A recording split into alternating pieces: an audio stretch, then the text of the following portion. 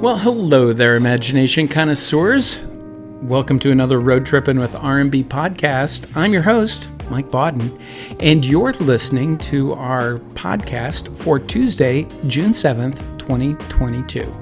Now, as you know, Rob drives to the John Campea studio every Monday through Friday. It's a 45-minute to 1 hour drive each way for him, and so he calls me, or I call him, and we talk about whatever is on our mind. Today, it's another one of those kinds of days.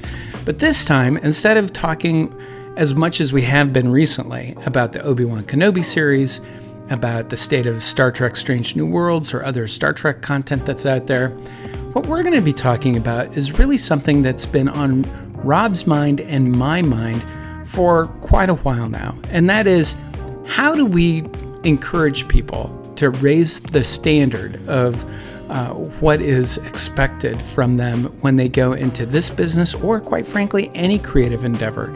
As you know, Rob is in the business of making content for streaming media as well as for Netflix. He edited Dota Dragon's Blood, which is an anime show, big-time anime show on Netflix.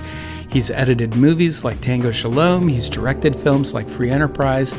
My background, it's in advertising and marketing. Again, I deal with creative people. I've produced over 200 television and radio commercials. I've done a number of campaigns, and I've done it for quite a while.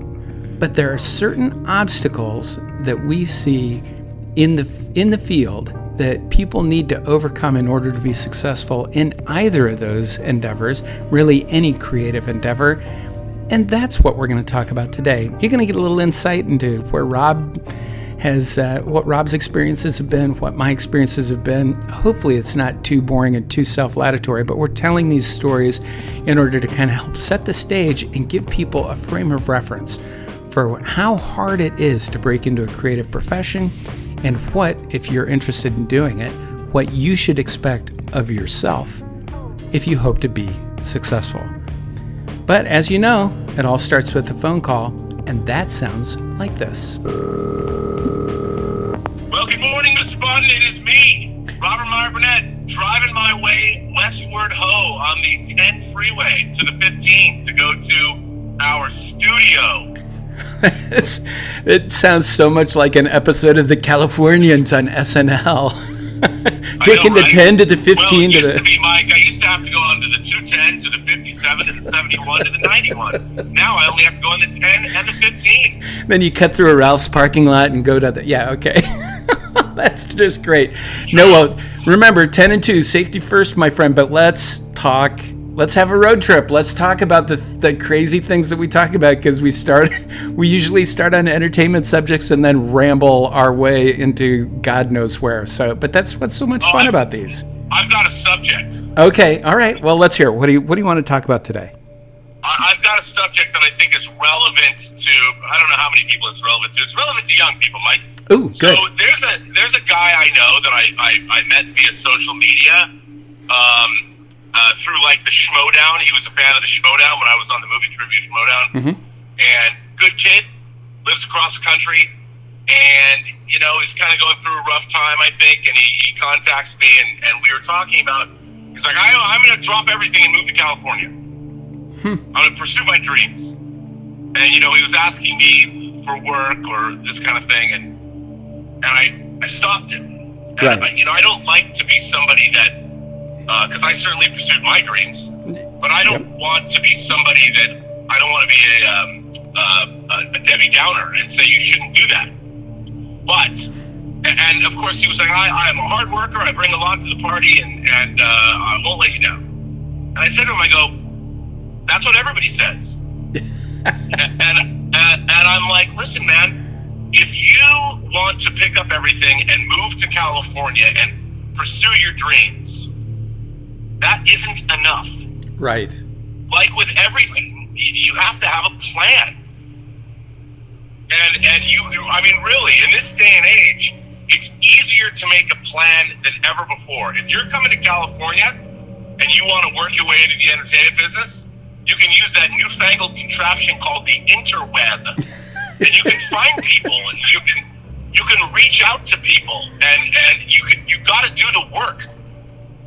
Otherwise you'll make a move, you might have saved up some money, but if you don't have a plan and don't have an idea of where it is you're going to focus your energy, you're never going to get anywhere. Yeah.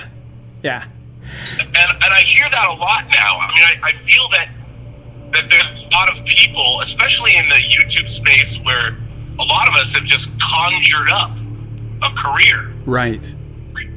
And people have said that to me because observations has always been a little loosey-goosey and stuff like that. Or when I talk about Star Trek, people give me a lot of shit, like, who are you?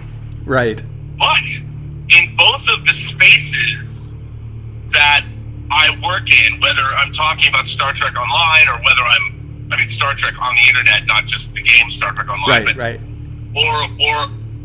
I literally have a lifetime of professional experience to back me up.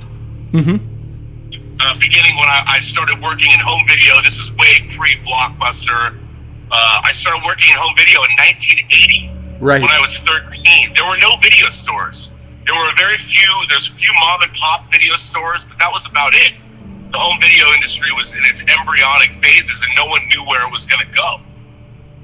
And then, throughout the 80s, I worked in home video from 1980 to 1988, and I left home video retailing when I was the manager and buyer of a 4-disc chain in Seattle called Silver Platters. That was at the time the largest optical disc retailer in the world. All we sold was CDs and laser discs. Wow. Tower Records was bigger than we were, but we only sold optical discs. Right. That's it. Right. And then, I had a film column for my high school newspaper, and I was interviewing, like, the first director I interviewed was Martin Brest for Beverly Hills Cop. And, that was in 84. Right. And, of course, I didn't start interviewing celebrities for DVD special features until 1999. But I still worked on various things. My Star Trek bona fides, I was hired as a Star Trek consultant for Viacom licensing in the mid-90s. And then as a result of that job, I found myself working on the $80 million Star Trek experience for Landmark Entertainment and Paramount Parks. Right. And then, as you know, I worked for 3 years making documentaries for CBS for the Next Generation and Enterprise Blu-rays. Mm-hmm. So I would say, as a Star Trek scholar, if you want to call it that, I actually have professional credibility. So, when I'm railing on the internet about how much I don't like modern Star Trek, at least I can back it up with a certain level of professional acumen. So I would say to people that nowadays, having any kind of professional background doesn't seem to matter, because when you turn on a camera, anyone can go onto Twitch or YouTube or make reels on TikTok. It doesn't matter. And whether you have professional credibility or not, and I'm not being like, those kids today don't have professional credibility. But even when you're going to become and make a career out of YouTube or something, you have to have a great work ethic. You have to get in there and really do the work. Absolutely. Make your channel get bigger and prosper and all that. And I feel that just wanting something is not enough. But we live in a world today that tricks people into thinking that that's the case. Well, I hope that young people that are interested in getting into entertainment, or whether it's the motion picture industry, television industry, or whether it's via social media, TikTok or YouTube or Facebook or whatever platform or platforms they choose, I hope they are hearing what you're saying, because as you know, I have 4 kids that are all between the ages of 25 and 30, and they're at that point in their life where they are wanting to start their own careers, and they need the kind of mentorship that you're offering, even just with your last 10 minutes of kind of providing your own resume. I think what's so often missed by young people is, and when I say young people, I mean from the time they're about a junior in high school until they're about 30. What they don't understand is there's still a lot of learning to do, but it's not necessarily sitting down in a classroom and taking tests. This is practical application, and this is learning certain habits that kind of teach you how to be critical and how to take criticism and use it to make what you do better. And, just like you, I've got, deep experience and interest. I've been fortunate, as have you, to be working in an industry and doing something that I've wanted to do from the time I can remember, from all the time when even I was in elementary school. People would say, like, to the kids in school, it's like, what do you want to be when you grow up? And of course, you typically get the fireman, astronaut, policeman, that kind of thing. And I wanted to be a creative director at an advertising agency. In 5th grade, I wanted to be a creative director in an advertising agency. Sure. People looked at me like I was some kind of nut. But, I started working. That's true. But I started working in advertising when I was 16. I was working part-time. I was working summers. I was doing everything from working in the mailroom and boxing crap up to in my spare time over lunch coming up with ad campaigns for clients that they weren't asking for, and then leaving my notes and everything on the chair of the creative directors at the agency, and then trying to sweet talk them into taking their lunch and coffee breaks to comp up ads for me to go leave with the account executives. And people, I remember one summer I had an account executive come up to me and goes like, someone told me you had something to do with this. What the hell is this? And it was an ad for Hardee's, which is a fast food restaurant chain that now owns Carl's Jr.'s as well. And it was an ad for the University of Iowa Hawkeye football program. It was a full-page 4-color ad. And I went like, yeah, I came up with that idea, and I thought it was kind of cool. So I asked, one of the creative directors to mock it up and everything so that you could see it. And he goes, well, I kind of like this. I'm going to go show this to the client. I'll be damned if they didn't buy it. They bought it. They ran it in the Iowa Hawkeye football program. I was in high school, and I had created an ad. But you know what?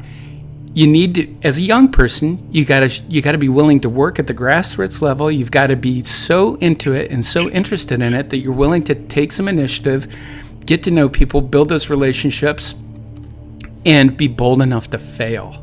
I can't tell you how many of those ad concepts I left on people's desks I never heard from again. But in that one particular case, that account exec looked at it and went like, I think we can do something. Sold the ad for a couple $1,000. I didn't see any of it. I was getting paid minimum wage, but you know what? I didn't care because it went in my book. And that, I think, is the thing that a lot of young people need to be, how they need to be thinking about this mentorship period that they need to go through in their 20s. They need to build a book. They need to build a portfolio of experiences that they can share with prospective employers to show what they're capable of doing now, what they want to be doing. Even if the stuff fails, you need to be able to demonstrate an interest and a burning desire to take the steps that most young people would not take today. I mean, I hate to say it. I took my daughter, who's a musician, very talented musician, graduated from Boston Conservatory of Music with a degree in vocal performance and is now doing some studio work and stuff. But I took her out and introduced her to all the music people that I knew in Los Angeles. You were very gracious to help host a dinner where we met some people and things like that. But even she has not followed up the way that I want her to. And you can only ride your kids so hard before they push back and don't do things in order to teach you a lesson. So, we'll see. We'll see how all that goes. I had another kid who wanted to be an actor, and after 4 years of school and working in Los Angeles, he decided he'd rather be a chef. So now he's a chef. But this is how it is when you're in your 20s. The most important thing is that you come out of it with a clear understanding of what you want to do, and more importantly, what you don't want to do. I think that's really, really important. But a lot of people kind of get a little taste of social media fame, and to them that means that they think that they've got enough to have their own series or something. I don't know what it is, but it can be a little frustrating. Yeah, that's something that didn't exist before, and there are a lot of people that have made a lot of inroads and made a lot of success doing that. Mm-hmm. But again, those people that and I know a lot of them, And they've done a great job because they've busted their ass. Yes. Yeah. And they have that thing. And usually the people that have some kind of social media success already had something innately in them or something they developed over their lifetimes in order to allow them to achieve that success. Mm-hmm. There's something innately attractive or compelling about those people that they're able to market and channel into something that people want to watch. And that's not easy to do. You know, I'll tell you a funny story. So it's not really a funny story, but so the first movie I edited I wound up working with Peter Billingsley, who was the lead actor. He played Ralphie in the movie A Christmas Story. Right. Don't shoot your eye out, kid. And he was moving into post-production. Since then, he was an executive producer on the first Iron Man, because he's really good friends with Vince Vaughn and Jon Favreau. Mm-hmm. And he and I started a little company together after we edited our first movie together, after we edited Arcade. And our company we were just going to make whatever. We started out industrials, music videos, as many people do. And we got this gig. This seems funny now, but we got this gig with the Department of Transportation, mm-hmm. the California Department of Transportation. And check this out, Mike. They were going to start transmitting video through the telephone lines. Wow. Yeah. And what they wanted to do was they wanted to put cameras on and off ramps to monitor traffic flow on the freeways here in California. Right. And so in order to test this newfangled technology, they needed some kind of video that they could run through this software. You know, I think it ran at 15 frames a second. And they didn't have any video.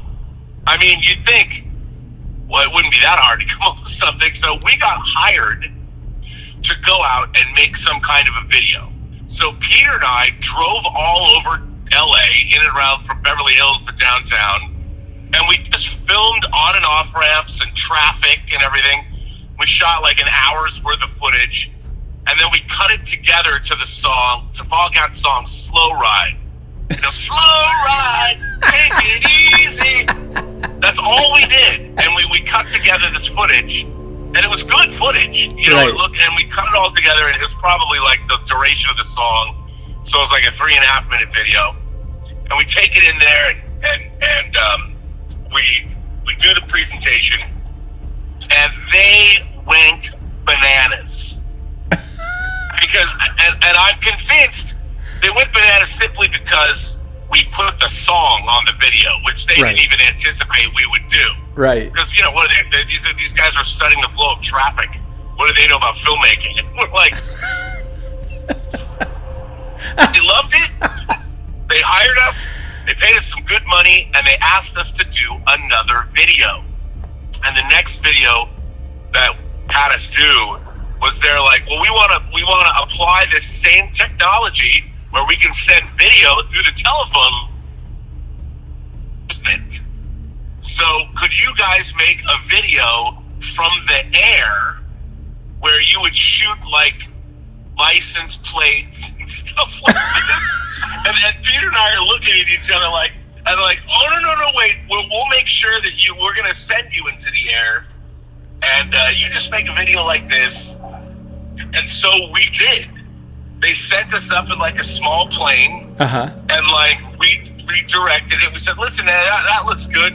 You know, we're just flying over Southern California. Like, can you buzz the ground and like circle around, and we'll act like whatever house this is, it's a drug dealer's den, and we'll shoot the cars around the perimeter of whatever. You know, it's just and we did that, and we made this video, and we were like zooming in and out as if you had a cameraman on a police helicopter or something. Right. And we're trying to give it some verisimilitude. And they loved it. You know, paid us again. And then they didn't need any more video because they'd proven that technology worked. Wow. They could send images through the telephone lines, Mike. Video. Well, there you go. Now, this was circa 1994. Right. So we're talking 28 years ago. That's amazing. And you were shooting, people need to keep in mind, how big was the video camera you were using? They were pretty big. To shoot. I mean, you had camcorders, but it was pretty sizable because we had to have a really good lens. Right. So a lot of people, today they don't think twice about, we'll just send up a drone and it'll have, we'll get some really nice high definition footage and things like that. 4K video. I mean, this was NTS video. I mean, but the important thing about that was we got this job and we tried to plus what we were supposed to do. Right. If we just went and stood at an on-ramp and shot traffic, well, that was one thing. But we wanted to make something we thought was cool. And I'm like, well, how do you make traffic cool? Right. Well, you pair it up with music. So, in the world of advertising, you always walk a fine line between doing what it is that the client says they want to do and doing what you think they ought to do. And there's kind of a third piece to that, which is doing what the creative people want for their portfolio. So you have to kind of divine where's the middle ground between all of that, because there's a strategic interest that hopefully you're thinking about on the client's behalf that may push things a little bit further than what the client says they want. But the best way to do that is to fully understand what it is that the client wants and why they want it. And then you need to run the same equation with the creative team. Why does the creative team want to do something that maybe strategically isn't on base, but they want to do it? Why is that? And then if you can come up with an execution that makes all three parties happy, you're usually producing really great work that people are enthusiastic about making and paying for, which is in the world of commercial production is like, of course, vital. But what you did is a perfect example. It's like it would have been really easy to do what the client asked for, and you would have got the thing done, you would have turned it in, and it would have been like no big deal or whatever. But by going the extra step, you end up getting more work out of it because the client's like, oh my God, I never thought about doing it that way before. That's really cool. Or we're getting this kind of feedback, or we're getting this kind of result out of it.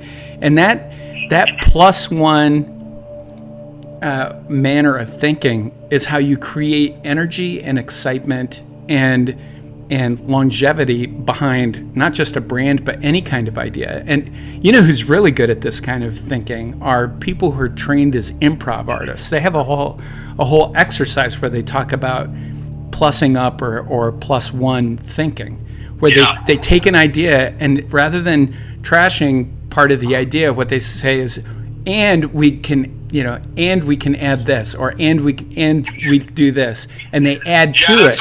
That's called yes and. Yes, it's literally and. called studying improv. Yes and. Yes, exactly. And there's a real value to that, especially when it comes to brainstorming or trying to synthesize new ideas. And that's a big part of, that's a big part of storytelling, as far as being able to figure out ways to make stories go in maybe unexpected directions, but directions that aren't just randomly unexpected, but make sense, even though they may veer off, what everyone's expecting, maybe subverting the audience's expectation and creating that sense of kind of disorientation and delightful disorientation in the process. If it makes sense and it's exciting and it's like, oh my God, I didn't see that coming. That's fun. That's when things get fun. Yeah, I mean, and I think though that one of the things when we came to LA, I didn't have a plan because I knew I was going to be in school. I came down to go to USC, so that was the plan, to go to school. But while I was there, once I moved to LA, what was really interesting was because there were so many screenings and events and all kinds of things. I was out at these events and going places all the time. Mm-hmm. And I started seeing the same people at various events. When Dario Argento came to town and showed all of his movies and spoke at Raleigh Studios, I went to that, and I met Quentin Tarantino outside. He couldn't get a ticket to go see Deep Red. And I said, well, you can have mine. And he used it, went in, and I was happy to give it to him because I was a fan of Reservoir Dogs and Pulp Fiction. As a matter of fact, I don't even know if Pulp Fiction had come out then. But that was the thing, and there's a lot of people I met at these conventions that I'm still friends with that have grown up and risen up in the ranks, and now they're showrunners and producers, and I just know a lot of people because the work that was done. You have to put the effort out. Right. And the idea was nothing is ever going to come to you. You have to go out there and generate your own opportunities. And that is a full-time job. Oh, that's exactly right. Absolutely. You need to take control of your own future and figure out how you're going to go ahead and go about doing that.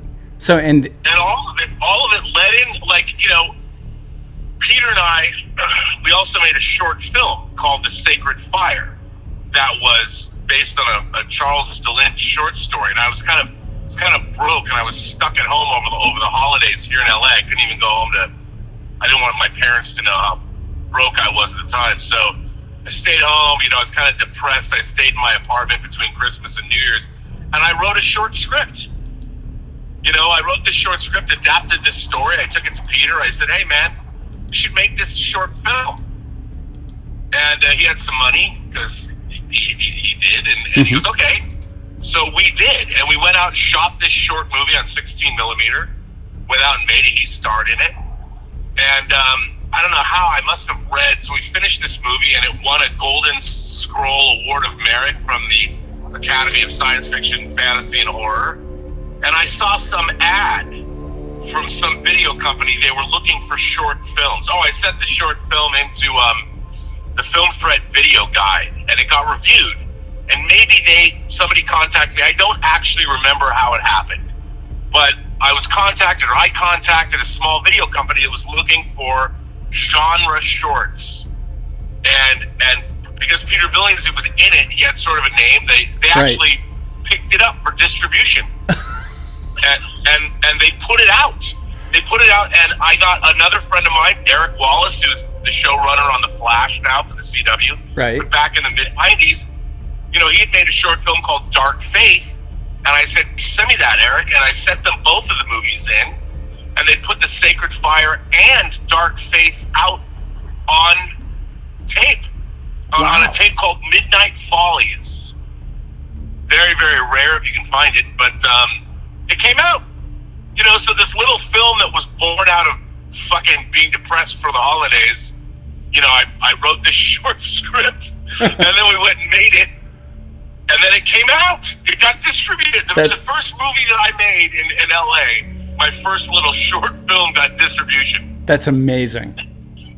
Yeah. And it's like, why did that happen? It happened because we did the work. Right. And I'm not saying everybody, it happened because Peter Billingsley was a relative name. I mean, the movie was very ramshackle. It wasn't no great shakes. You look at it now and you'd be like, this thing got distributed? Yeah, yes, it did.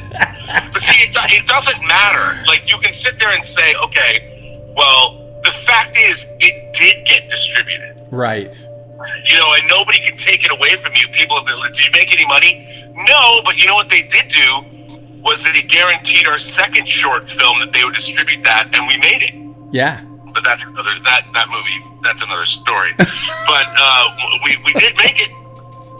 It didn't get finished because we had a disagreement with the author's agent. He changed agents, and the agent stepped in and basically threw an injunction on us. Oh. Which was also a great lesson. Yeah, absolutely. So, well, and I think it was a far more accomplished movie. But I think you bring up another really good point too, and that is that even, again, important for anyone who wants to break into the business, but especially young people, is to keep in mind you don't know everything that could possibly go sideways until you are in it and you are starting to work in it. And what's vitally important is that you're constantly learning and applying what you've learned and retaining the lessons that you have learned so that you don't get burned twice. It's so easy to have things kind of go sideways, and if you're not really paying attention, if you're not intentional about your career path, you can end up, stuck in a holding pattern for a decade and lose 10 years of opportunity. And you only get one shot at it, guys, and you've got to really focus on what you're doing and make sure you're doing it right. And that's true really about life in general, but we see it happen over and over again with young people in the entertainment business, where it's like, what happened? You had all this opportunity and all this potential. You can't sit around and wait for things to just happen for you. There's luck. There's like the occasional lucky strike where someone has things go the right way for them. But if you're not prepared to take advantage when those things start going right, that luck is not going to last, and that's not going to be enough on its own to take you where you need to go. You need to make your own luck. You need to be ready to go, and you need to know what it is that you're able to do. Well, also, I think that there's this perception that you need to have a big success right out of the gate. Right. Like I'm going to make something that's earth-shattering, and what I find really interesting now is I see like a lot of people, because I talk a lot of shit online or whatever, but there's a lot of people that their first reaction is to belittle stuff that I've done. Right.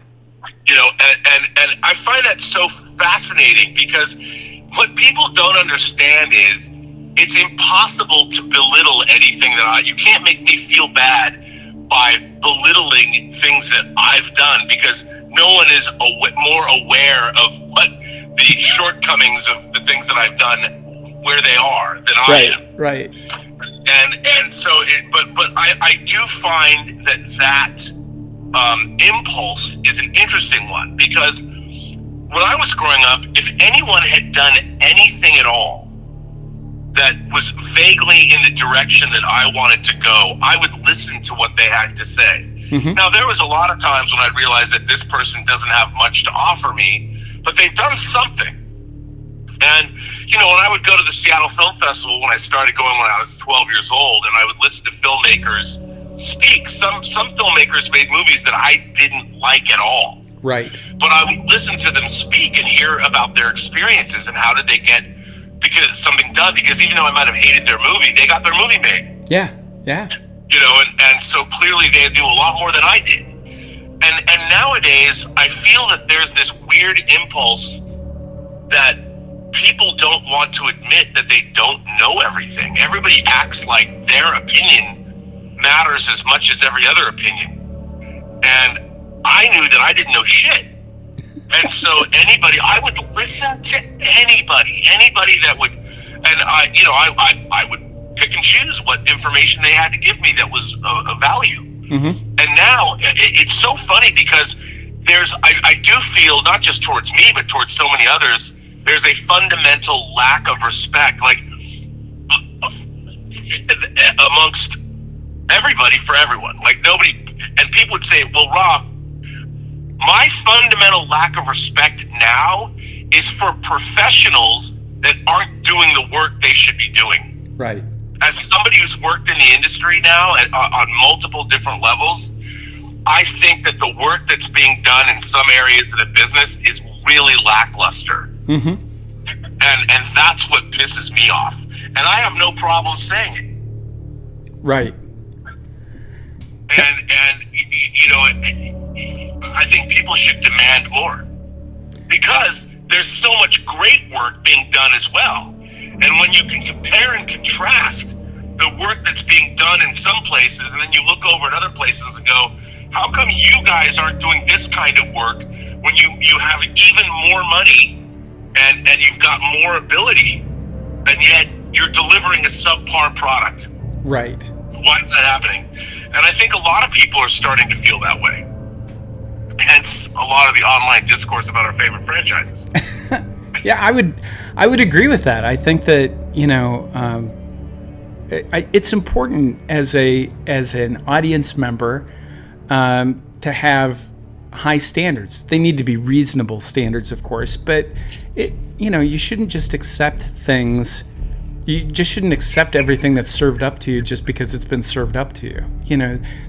It's perfectly acceptable to say, I absolutely loved the first 7 3/4 seasons of Game of Thrones, but boy, those last 2 episodes took me out of the series so badly that I have not ever gone back to rewatch any of it. And it's perfectly acceptable to expect a certain level of quality in your storytelling or in production or things like that. It's just like, and all of those standards are going to be different based on who the audience is. I'm much more willing to go ahead and suspend my belief around a show and like the animation in a show or the effects in a show. If the story's good, I'll go ahead and buy any kind of effects. I mean, that's part of the reason why I love old movies. It's like I don't get hung up on the stop motion of the original King Kong, and I don't look at some of that stuff as being like an impediment to being able to enjoy the story. I know there are other people who will complain about any CGI at any time for whatever reason. Why? I'm not really sure what the value is in constantly bitching about effects, but for some people, they feel that it's legitimate. And I guess if it doesn't work for them, that is legitimate. But, I think we all have different standards for what we expect. It's just like in music. It's like, I'm not big on autotune. I can hear autotuned voices, don't like it, and I don't like it when people sing or play out of tune. But I've got, 50 years of music experience behind me. That I've in relative pitch, and it's a real problem. So we all have different levels of expectation. So yes, No, and I think that you want. I guess in this age of it's very weird. I was watching Jonathan Haidt. He's written a lot of books about the modern age and education and social media and all of that. And he basically wrote this article in The Atlantic where he talked about the last 10 years America has become really stupid, or our entire culture has become really stupid. And I think what's so strange about that is I think it is a knee-jerk reaction. People are so quick to espouse their personal beliefs and opinions rather than hang back and sort of assess the situation and ask themselves, do you really want to wade into these waters? Are you qualified to have an opinion here? And it's interesting because, like, when I was growing up, Mike, I was a sponge. I went everywhere, and I'm like, I want to find out as much as I can. And so I was going to all kinds of film-related events in Seattle, and I was lucky in that there were a lot of them. There was a lot of directors coming and doing events, and movies would have their first runs in Seattle. Star Wars, Empire Strikes Back got Lucasfilm took out a full ad in the paper that Empire had played longer in Seattle first run than anywhere else. It was like 66 weeks. Wow. Yeah, so in the same theater at the UA 150, where I saw it 26 times. And it was, my whole thing, and that's I spent so much time either working or going out and finding out stuff about my interest in film. Mm-hmm. Now, have I achieved as much as I would have wanted to in my career? No, because my fanboy nature, I never buckled down as a professional as much as I should have, because I was still a fanboy. Mm-hmm. So I was always, and that, I think that's been my, and I don't have really regrets, because, hey, Tango Shalom just won an award at the Film Threat Award this festival. I mean, I'm still working. I might not be Stanley Kubrick or David Fincher, mm-hmm. but even David Fincher's has a problem getting the movies made that he wants to make. Right. And it's like I'm still having a good time. They're going to announce, I guess, season 3 of Dota Dragon's Blood on Friday. Ooh. At their June Geek thing. So that's just another thing, hopefully, that I can talk about. But the work goes on, and I've had a really good time. Yeah.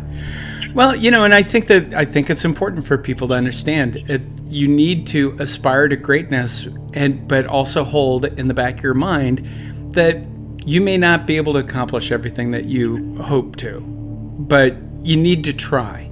You need to, and that's like my experience. My senior year of college, I worked for Bob Banner Associates in Hollywood, and I worked on the first season of Star Search, and then I also worked on Solid Gold. Those are the 2 TV shows that I worked on, and I was a production assistant, and I was, I was the first guy up in the morning. I was the first guy in the office. I always made the coffee. I got all the mail distributed, and I read covers and wrote covers. I read scripts and wrote covers on scripts for fun because I couldn't afford a TV for my apartment that they were loaning to me. So I didn't have a TV or or radio. All I had, I just would bring 3 or 4 scripts home every night, read them, and write sarcastic 1-page covers on these really horrible, unsolicited manuscripts. But I ended up really getting to know how things worked, and I got to sit in on a couple brainstorming sessions and a sales meeting and this and that and the other thing, and we produced a pilot for a new show. It was a tremendous experience.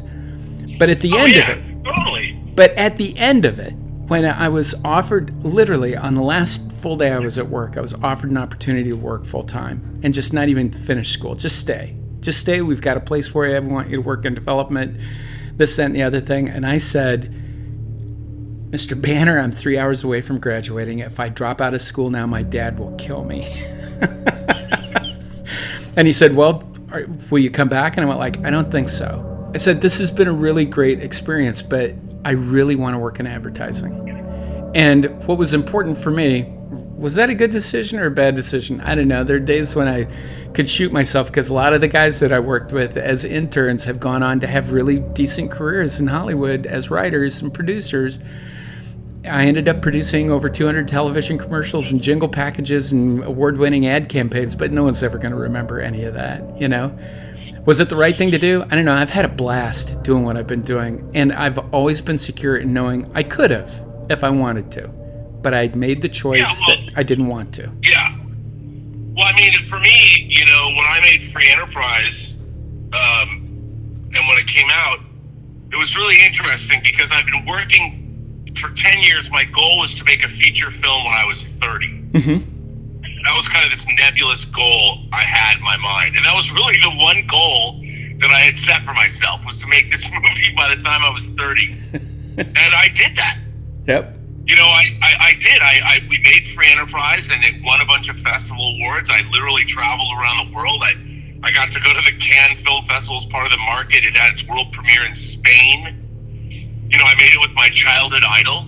Yep. And I think in a way, it didn't really do anything for my career at all for various other reasons. We could have had big distribution on it. We didn't. But so what? In the long run, I'm like, when I did that, I felt that I had accomplished. I did it. I did this thing. I'm like, I made a movie with my childhood idol, William Shatner, and Captain Kirk, and it was like there was this big, I felt this incredible sort of weight lifted off of my soul or whatever, because I had accomplished my lifelong goal that I had when at the time I was a kid, mm-hmm. which was make this movie. And if it was back in print and more people got to see it now, I think it would be, people would know about it more now than ever before. Yeah. Yeah. But when I did that, it was like I felt a serenity in a way. Because do I want to make more movies? Sure. But as you know, I always say pop culture has a half-life of 20 years. In 50 years or 60 years or 70 years, how many people know movies anyway? Right. And as long as I get Free Enterprise back into print, it'll always have some life because of William Shatner and because of the Star Trek franchise, for at least another 50 years. It'll be a footnote somewhere. So that's fine. And what more can you ask for? And it's funny because I've told people that and they look at me like I'm out of my mind. And I'm like, look, I had a dream and I achieved it. Yeah. And I might have achieved it more than 20 years ago, but since then I've still had a good time. I got to produce a horror movie with Warner Brothers. I got to produce Tango Shalom, which got theatrically released last year. I've edited a bunch of low-budget films that I loved growing up. whether they were horror or sci-fi. And we're working on even more, Rob. We're working on even more. So hopefully our production run isn't done yet, dude. Between the two of us, you know. But, I mean, the funny thing about it was, you know, I mean, I never ever thought that I wouldn't do it. Right. You know, in my mind, it was always like, well, you can just think shit up and do it. Like, I never had a fear of failure. Mm-hmm. Ever. Because you don't have to fail. Right. You just have to find people that are good at what they do to help you achieve what it is you need to achieve. So it's like, I'm like, I didn't know everything. I'm like, let's find people that do. You know, yeah. You put them together and you go make stuff. So let me ask you a question then, Rob. What is it you think in your background that created that kind of thirst, that desire to kind of keep pushing and keep making stuff? What is it in your background that led to that? I mean,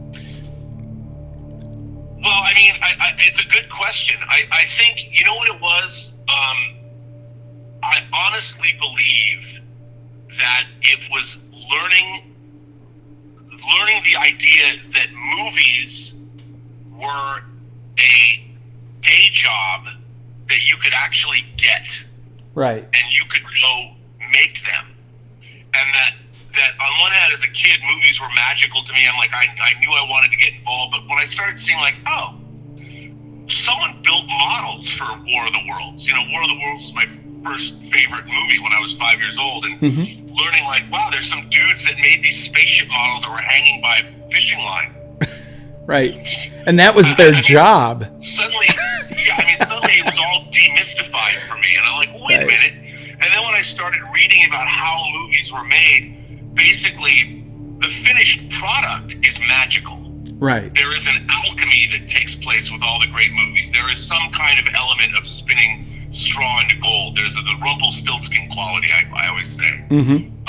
That movies themselves, when you watch them, are magic. But they get made by all different kinds of people who are doing different things. Right. As their job. And for me, knowing that was possible, that you could actually decide, like, okay, I mean, as a kid, I loved special effects because I built models. Mm-hmm. You know, and so there was this idea that the more you learned about things, and then I realized that movies pretty much encompass all of life. Right. Right. It doesn't matter.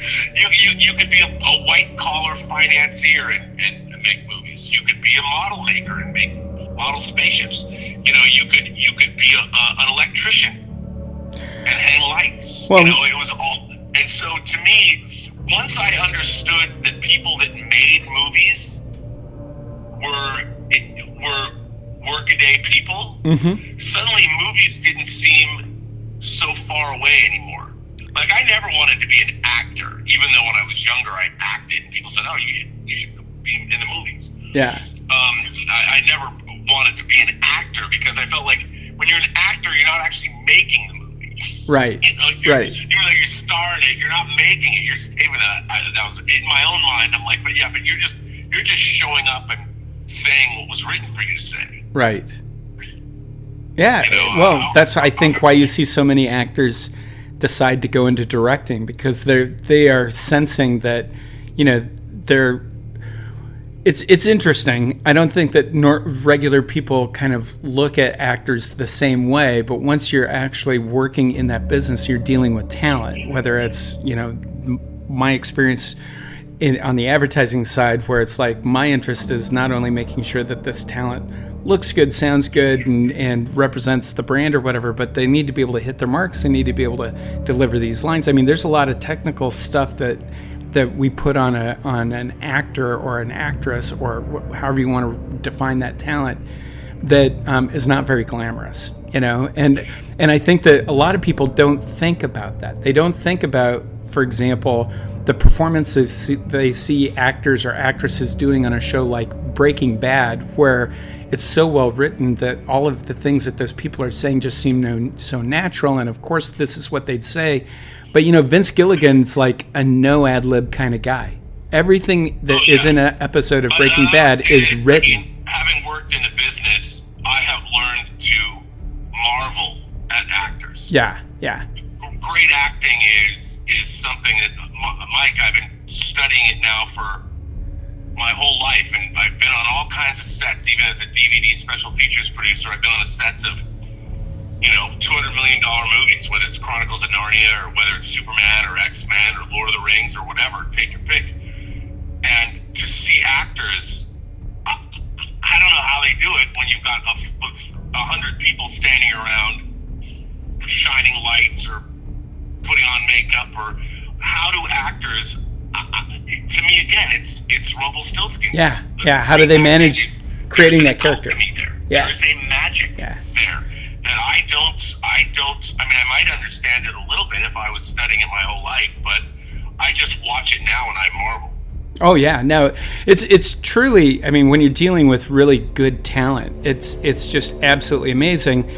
But I do think that many actors feel like, oh man, if I could just, it doesn't feel very creative. They're more like a juggler, where they've got all of these things that have to be done in front of the camera in a certain order, in a certain way, in order for everything to work right on the end product. And I can see where that can get to be kind of frustrating for an actor, and why they do end up becoming directors or more involved in the writing or the producing, so that they can feel like they can exercise some of that out of bounds creativity and try to come up and contribute to the storytelling process, But that being said, you've said this before, and I think it's something that so many people miss out on. There is not a more collaborative art form than making a movie, because you literally have to coordinate and collaborate with potentially hundreds of other people, all contributing a little bit to the story, and that your job as a director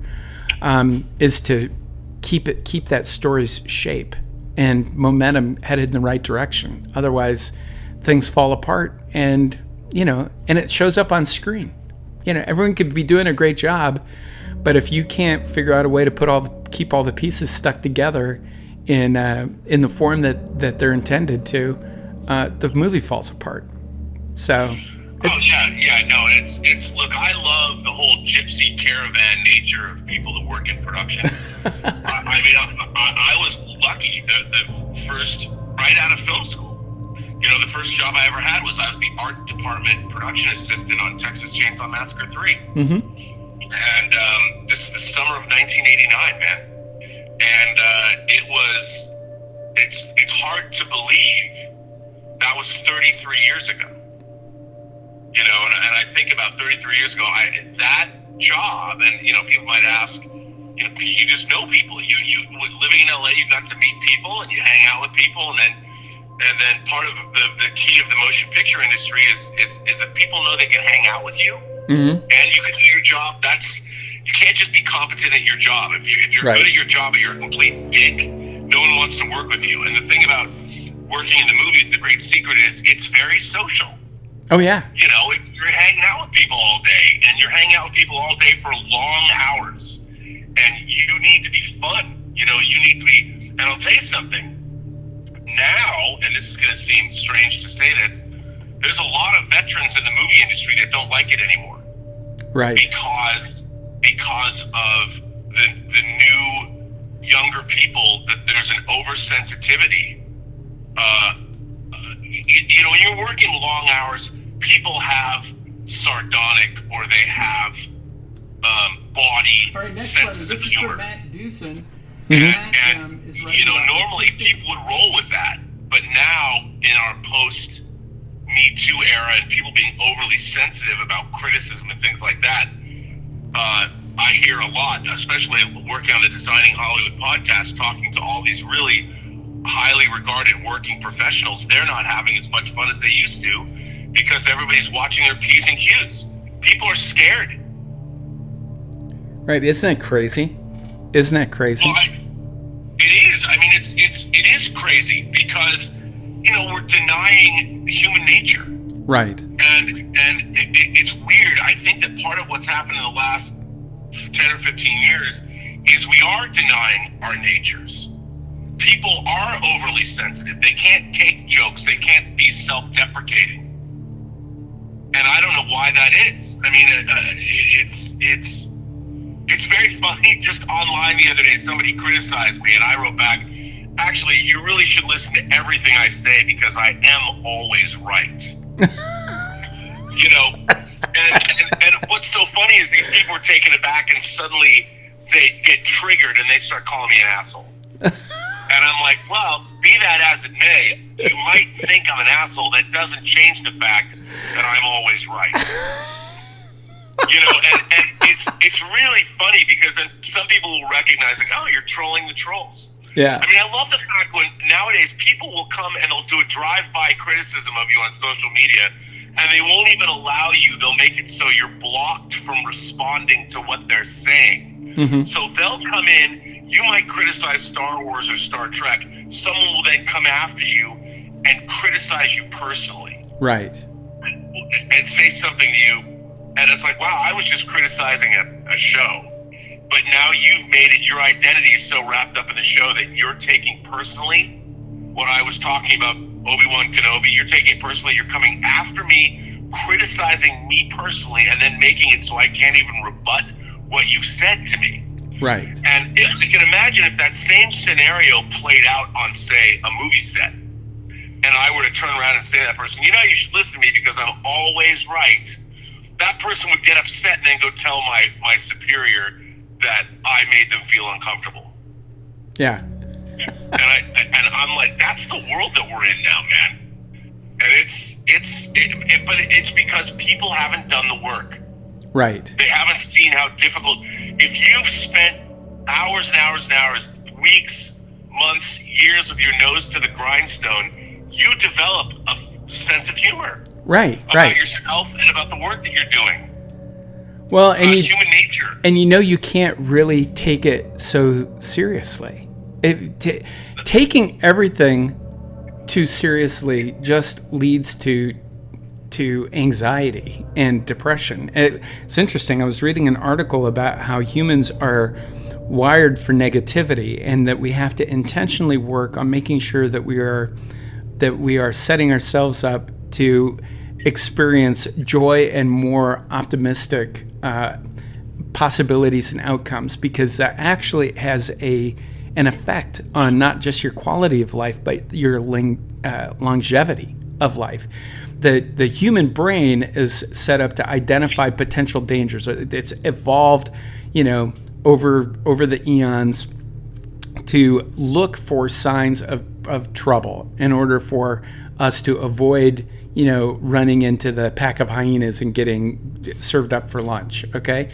But unfortunately, that instinct can work against us, where we can start to get overly anxious about every little thing. And in a media environment that today is 7 to 20 times more cluttered than it's ever been before, we are getting bombarded with images, signals, sounds, and messages that trips that anxiety signal over and over and over again. Mainstream media has taken advantage of this commercially by going ahead and every news channel trying to come up with some sort of disaster scenario that creates anxiety, so you'll come back and check it out again and see yet another MyPillow commercial or whatever it is. But the fact is that as humans, we need to take control of the inputs that we're being exposed to. We need to either reduce our time on email or social media or whatever, so that the time we do spend there, we can spend with our heads clear and in good nature, and looking for the fun things and interesting things that can help create hope and optimism, and surrounding ourselves with people that are generally hopeful and optimistic, which is, again, why I enjoy our daily phone calls, because this is part of what I get from my relationship with you, Rob. You are a genuinely a positive and optimistic person, and I really appreciate that. Makes a big difference in my life. I watch too many YouTube videos about the death of the universe, Mike. And when you start delving into the death of the universe, you can only be positive. Well, you have to be, right? You have to be. Yeah. I mean, because there's a famous quote from Stanley Kubrick I won't say the whole thing, but Kubrick basically said it is up to us to bring the light into the universe. Yes. That's our job. And, you know, we're here for a fleeting amount of time. And it's a lifestyle choice. You Absolutely. must choose to be positive. And yeah, dude, life is a horrible, like I've said, human history is a charnel house. It's just, it's one horrible, awful struggle after another. You know, you might be living in your country and then somebody just decides to invade. Right. And suddenly, you know, your family and friends are getting blown up. The men of your town are all they're not even being conscripted. They're going off to fight. And for what reason? At the end of the day, what has been accomplished? Nothing. You know, and you look at that and you just, but that's the universe. Mm-hmm. I mean, what happens when a sun goes nova? It's not the sun's fault. The sun doesn't know. Right. Ran out of helium, out of fuel, whatever. The Milky Way's going to collide with... Yeah, the Milky Way's going to collide with Andromeda in 4 billion years, and there's not a whole lot we can do to stop all of that. So it's our job to bring the light in today and make meaning for today. Because otherwise you feel like you don't matter. In which case then, I mean, how depressing is that to think that you don't matter? I had this conversation with my 23-year-old just 2 days ago. We were talking about this, and I said, in the long view of things, if you look over trillions of years, we might not matter. But you know what? I said, you matter to me today. And I said, that's what makes it worthwhile, right? But most importantly, you should matter to yourself. Yeah. I mean, at the end of the day, it's like, you know, in cosmic infinitude of the universe, the whole Dr. Manhattan from Watchmen, he points out that there's only one of each of us. You know, we're the most precious resource in the universe. Each one of us. Well, you know, Neil deGrasse Tyson would disagree with that, but that's a whole nother episode of Road Trippin'. Well, there you go. On that note, Mike, I must bring this to a close. I have to go. Dude, you are not only the viceroy of verisimilitude, you are also a merchant of hope. I will tell you. That is great. Thank you. Thanks for your time today, buddy, and we'll talk again tomorrow. All right, bud. I'll see you tomorrow then. Thanks so much. We'll see you, Rob. All right. Okay, bye. Bye-bye. And that brings us to the end of the road on today's podcast. That went a little longer than expected, but that's okay. This has been the Road Trippin' with R&B podcast for Tuesday, June 7th, 2022. Don't forget, Road Trippin' is a production of Imagination Connoisseurs Unlimited, LLC, and is transmitted throughout the Post-Geek Singularity from our studios located in a voting booth, actually, down at your local county courthouse. Don't forget, it's primary today in many states. Make sure you exercise your right and privilege to go out there and vote. Enough with the PSAs. Back to the podcast. You can find Road Trippin' on your favorite podcasting platform and on our website, postgeeksingularity.com. We do post links to our podcasts on all of our social media accounts. You'll find the PGS on Facebook, Twitter, Instagram, YouTube, TikTok, Reddit, Tumblr, and Discord. You know the story on Discord. I got a big old button right there on the homepage. You go ahead and you go to postgeeksingularity.com. The homepage loads. There's a button right there on the left-hand side under the main stories. It says join our online community. Click that, would you? Come on, click it right now and go participate in any one of the dozens of message boards we've got there with hundreds of imagination connoisseurs just like us who like to talk about the stuff we like. They like science fiction, fantasy, horror, pop culture, and more, and they're waiting for you to come by and say hi. You can also sign up for our email newsletters. They're free. They're opt-in only. You can sign up for as many or as few as you like, but it's one way for us to keep in touch. And talking about keeping in touch, we want you to keep in touch with us. Send us your letters. All you have to do, again, back on the homepage, on the right-hand side this time, there's a button that says send a show a letter. You click on that. You go to the little drop-down menu, you pick Road Trippin' with R&B, type in your secret message, send it to me. I get that, no kidding, within 90 seconds of you hitting send, It comes screaming into my email box, and then I send it on to Rob so we can talk about it tomorrow, because we are road tripping again tomorrow. Another podcast, Monday through Friday, we do these. Please join us tomorrow. Okay? I'm Mike Bodden. Thanks for listening. We'll see you again tomorrow. Bye.